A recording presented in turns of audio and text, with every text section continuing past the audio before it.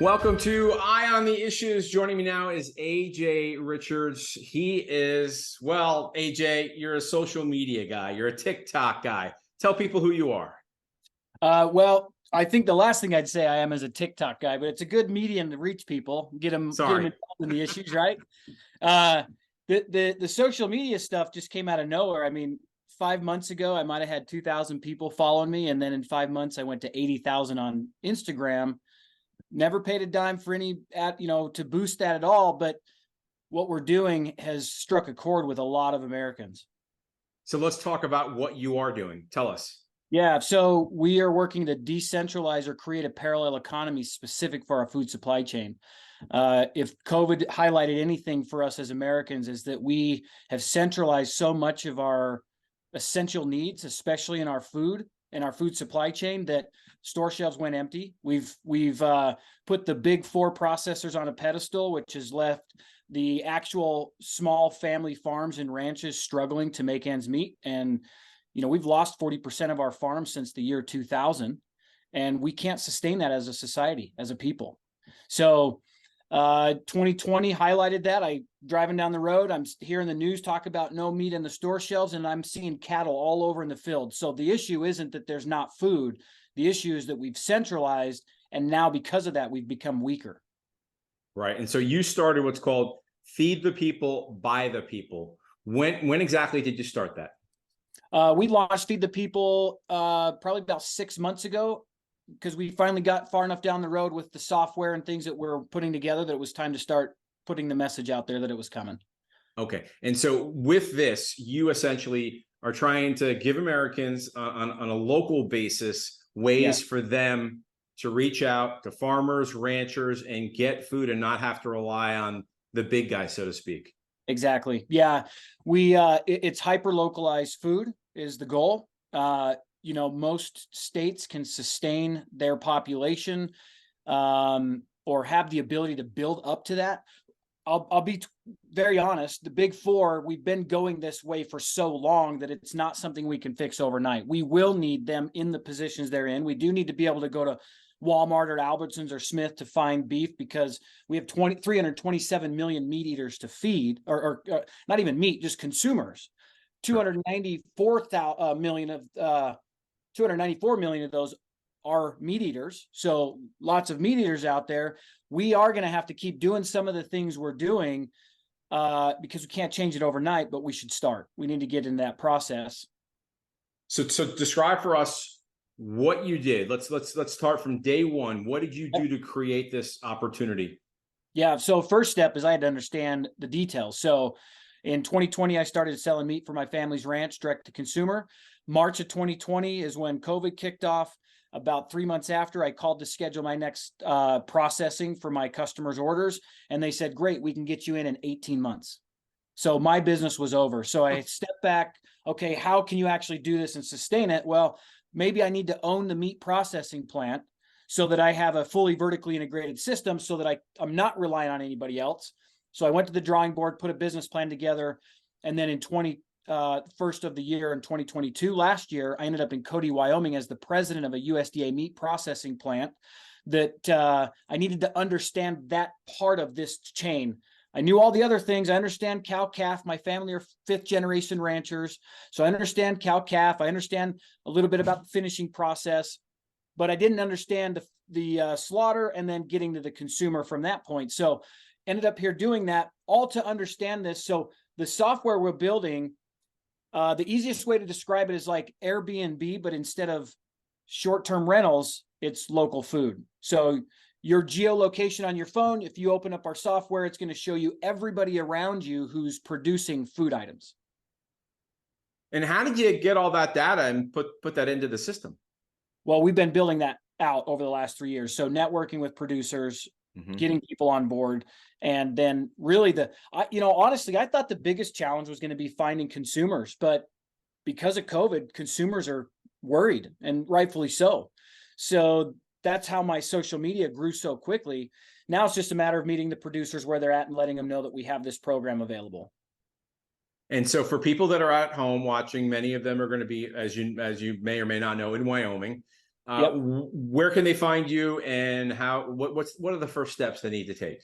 So right now, I didn't want people to have to wait till the software was live to start connecting them. So we launched Feed the People as a temporary place to meet, and we launched a Discord group with that. If you go to our website, feedthepeoplebythepeople.com, you can sign up to get the Discord link. And inside of Discord, I've got all 50 states listed, producers in all 50 states, and people starting to connect organically that way. You have to be willing to do a little bit of legwork on your own because the software's not done. When that's done, it's a click buy and it'll show up. So it's more convenient, which will bring a wider market adoption. But I didn't want to wait because our world is so freaking crazy right now that, hopefully we get live. But if something major happens in the next few months, I still wanted to start connecting people right away. Mm-hmm. Okay. So for example, I'm in Fort Worth, Texas right now. So I go to your site, okay, and you're going to show producers around me. Yeah. And so then at that point, would I pick up the phone and make a phone call? Would I go to a website? Would I send an email? What would I do? Yeah. So on Discord, you'll go into our Texas group and you'll say, hey, I'm in this part of Texas. Who's got beef? And somebody's going to comment and say, hey, I've got beef, or whatever you're looking for. And if somebody's not in there, other consumers in there be like, hey, I buy from so-and-so, and it's a community. They're connecting. Mm-hmm. When the software's done though, so then you'll have to call them and go through that process. So it's the people who are willing to do the work for themselves to get their food that's on our Discord group right now. Mm-hmm. When the software is live, it'll literally be, I'm going to filter. I'm looking for Wagyu ribeyes finished on grass. Most Wagyu is finished on grain, but maybe you want the grass finished Wagyu. Somebody out there is going to have it. It'll clean out everything on the map and only show you who has specifically Wagyu ribeyes on grass. And then you click purchase, set up your delivery method, which will have options on there. And then it either shows up to your door, you meet them at a designated pickup location. And some producers will even want you to come out to the ranch and meet them and see their operation. Now, how about in terms of other types of products like eggs or cheese or whatever? How is that going to play out as well? All of it will be on there at some point. I know beef and the meat supply chain better than I know those other products. So we're going to start with those, and then we'll filter those other ones in.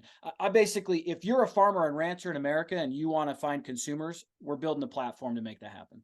Nice. And you mentioned this earlier, but let's talk about the amount of number of farms and or ranches in this country and what's changed since the year 2000. Repeat that, because I think it's very important for people to understand.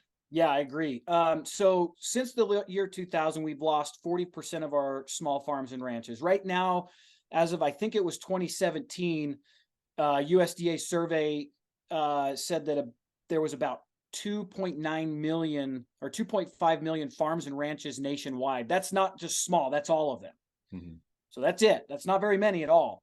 Of that, 1.4 million or 1.9 million were considered small, and they classify that as $300,000 a year in revenue or less. Of that, only about 75,000 are selling direct, because it's very hard to do that. And the reason for that is there's no tools out there to make it easy to connect with consumers. When I started selling, I was on Facebook, and Facebook pulled every time I'd post, I'd have to get really tricky with my words, because I think PETA has a big investment into Facebook. And so selling of animals was flagged. And I'm like, I'm not selling animals, I'm selling food. And it didn't matter. My ads got pulled. Frankly, if Facebook allowed producers to sell to consumers easily, I probably wouldn't be developing this software, because there's so many Americans already on that platform, but they've not made it possible to really do that unless you're paying for ads. Right. So essentially, it sounds like you're doing two things. You're providing the American people a way to buy healthy local produce, and then you're actually providing, once the software is done, really more so, an income stream, another local income stream for the farmer and the rancher out there. Yeah, exactly. Ultimately, if I had a magic wand and we're down the road to the vision that I have, this could be responsible for kickstarting a new agrarian age in our country. So the 40% that we lost, one of the biggest movements in our nation is the movement towards homesteading. COVID, people living in cities were like, we're getting the heck out, right? And so they went out and bought an acre or more. They want a homestead, be responsible for some of their own necessary needs as a living, breathing human being, which is their food. But there are many of them that would like to know how they could maybe make a little revenue off of that land. And so if we've got, hundreds of thousands of people going back to this idea of homesteading, and they've got a small market garden, they can contribute a few bushels of this product or that product. Or like on my home, we did the same thing. We started homesteading out here in Wyoming, and I have Nigerian goats that we milk. So it's not a lot, but if we've got hundreds of small groups getting on there, small operations getting on there, all of a sudden we start seeing a way that we can really take care of our communities. I moved here from a place called St. George, Utah. It's where I grew up. It's where my family are from. Grandpa literally lived in a tent with 12 kids before there were houses in Santa Clara. So that's how far back our heritage goes. Sure. And I had a conversation with my uncle just the other day, and it's still small relatively to a lot of, large cities. Maybe the greater St. George area might have about 200,000 people in that whole, St. George, Washington County, all of that area. And I asked him, I said, how much of our food in St. George do you think comes from St. George? And he thought about it for a second, and he said, probably none. I said, you're right. Probably none. Unless you're buying from somebody raising it. Sure. None of the grocery stores most likely are selling anything locally raised. So if our trucks stop rolling, how long before we're out of food in St. George? Days. I mean, look what happened with toilet paper in 2020. And we're talking about an essential human need, which is our food. And that's just one small town. And that's repeated all across our nation. Sure. And the supply chain issue, obviously, it goes across the spectrum in terms of types of products, from pharmaceuticals to, computer parts and everything. So it's a huge deal. But the bottom line is people need to drink water and they need to eat food. And if we have a problem, whether it be domestically or even internationally, if we have a problem with another nation, like a China, for example, something like this is going to allow people to survive because they know local people that can produce food for them, right? Exactly. That's the whole point. I served in Iraq in 2005 to 2006. And we had a lot of people send care packages over to take into, and a lot of it was food, shelf-stable food. And we took it into a small village. And, my brain logged something that didn't matter to me at the time. But then in COVID, when this idea came up, I couldn't help but see the face of this father who was watching us take care of his family, because they were in the desert. Their supply chain was destroyed. And so it was, I imagine it was very difficult to take care of your family during that time if you were an Iraqi citizen, right? Sure. So I kept thinking about that. And I've got 3 daughters. And I'm just thinking, that's the last thing that I want, is to have to worry about somebody else taking care of my kids. And that is where kind of the origin of this thought was, is if we can decentralize or create a parallel economy where neighbors shake hand with their food producers, that's where our slogan came. If you know your farmer and rancher, you'll always have food. And it's better for the producers. If I as a rancher have a name associated to every head of cattle that I'm moving, I can relax and not worry about what price I'm going to get at the auction, because tag number 356 goes to the Richards, tag number 548 goes to your family, and so forth. That's the idea, is that we know exactly where it's coming from. Right. Okay. So AJ, tell everybody once again where they can find out more about you and what you're doing, and where they'll eventually be able to find, a link to your business. Yeah. So the best way you can get a hold of me or find out what we're doing is go to feedthepeoplebythepeople.com. That's got linked to my social channels, to our Discord group. You can get on our email list and stay updated as we're building. The software will be launched in about 6 months. And we will launch, to begin with, Montana, Wyoming, Utah, Idaho, Arizona, Nevada, basically the Rocky Mountain area. And there's enough producers in Montana, Wyoming that can help feed all the people that live in the deserts of Arizona and Nevada. And for in terms of the cost for using your service, I'm sure it's going to be, well, you can describe how would that work? Yeah, so as of now, the plan is that it's free for everybody to use. There'll just be a transaction fee at checkout. Checkout. Okay. Like maybe 10-15% of a transaction fee. We have to be able to update the software, build the software, but we're going to try to keep it as affordable for every American as possible. Gotcha. Okay. I've never been to St. George, Utah, by the way, but I do want to. I know there's a marathon out there, and I hear it's for a pretty cool marathon. I want to get out there for that. Yeah, it's a great one. Shuts down the whole town. Lots of people. I bet I'm gonna get there. It's gonna take a little bit of time, but I'm gonna get there. In the meantime, I want to ask you, how long have you been in Wyoming, and tell me what you like most about Wyoming? Yeah, I moved to Wyoming in March of last year to run this meat plant that was here. And I love that there's only 530,000 people in the whole state. It's like, I can go up in the mountains and, I'd be lucky to see a person, and there's just also nowhere I've ever seen. Utah is beautiful, don't get me wrong, but the scenery here up in this area, especially by Cody between the Bighorns and Yellowstone, there's just nothing like it anywhere.